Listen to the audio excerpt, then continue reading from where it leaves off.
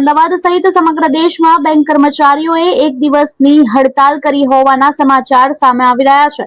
Bank યુનિયનો દ્વારા કર્મચારીઓની વિવિધ માંગણીઓને લઈને આ હડતાલનું આહવાન કરવામાં આવ્યું છે, જેમાં મુખ્ય માંગ અઠવાડિયામાં 5 દિવસ જ કામકાજ કરવામાં આવશે તેવી રાખી છે। ત્યારે સરકાર ડિજિટલ ઇન્ડિયા અને ઝડપી બેન્કિંગની વાતો કરતી હોય છે, પરંતુ જે કર્મચારીઓ દેશની આર્થિક વ્યવસ્થાને રોજ ચલાવે છે તેમની માંગ લાંબા સમયથી ફાઇલોમાં જ અટકી રહી છે। તેને લઈને હવે હડતાલના ભાગરૂપે અમદાવાદમાં આજે બેંક કર્મચારીઓ દ્વારા એક વિશાળ રેલીનું આયોજન કરવામાં આવ્યું હતું, જે લાલ દરવાજા પરથી શરૂ થયેલી આ રેલી છે તે આશ્રમ રોડ થઈને પરત લાલ દરવાજા ખાતે પૂર્ણ થઈ હતી।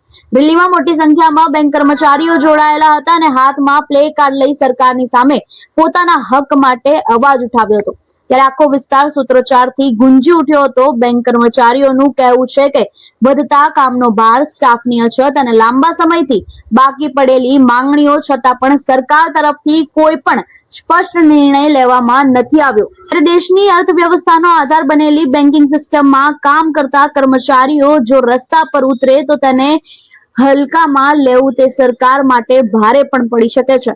આ હડતાલ સરકારની નીતિઓ સામે સ્પષ્ટ પ્રશ્નાર્થ ચિહ્ન ઊભું કરી રહી છે। મારું નામ નિતેશ પરમાર છે। હું યુએફબી ગુજરાત સ્ટેટનો કન્વીનર છું। આપની શું માંગણીઓ છે? અમારી ફક્ત એક જ માંગણી છે, 5 ડે બેન્કિંગ જે 2015 થી પેન્ડિંગ રાખેલી છે સરકારશ્રીએ અને બીએફએસએ અને આઈબીએ।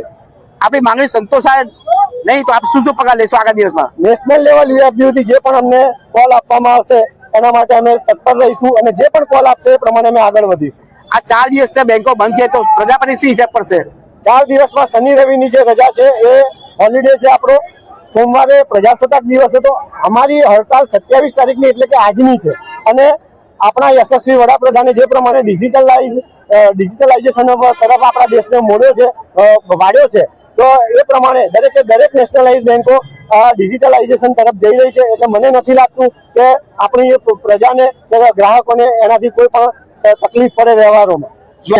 ત્યારે અહીં સૌથી મોટો સવાલ હવે એ છે કે સરકાર આ હડતાલને લઈને માત્ર એક દિવસની અસુવિધા ગણીને અવગણશે કે પછી બેંક કર્મચારીઓની માંગને ગંભીરતાથી લઈ કોઈ ઠોસ નિર્ણય લેશે। કારણ કે જ્યારે બેંકો બંધ થાય છે ત્યારે માત્ર દરવાજા નહીં પરંતુ સમગ્ર આર્થિક વ્યવસ્થાની ગતિ પણ ધીમી પડી જાય છે। ત્યારે આપનું સરકારની આ નીતિને લઈને શું કહેવું છે અમને કમેન્ટ બોક્સમાં આપના મંતવ્યો જરૂરથી જણાવજો।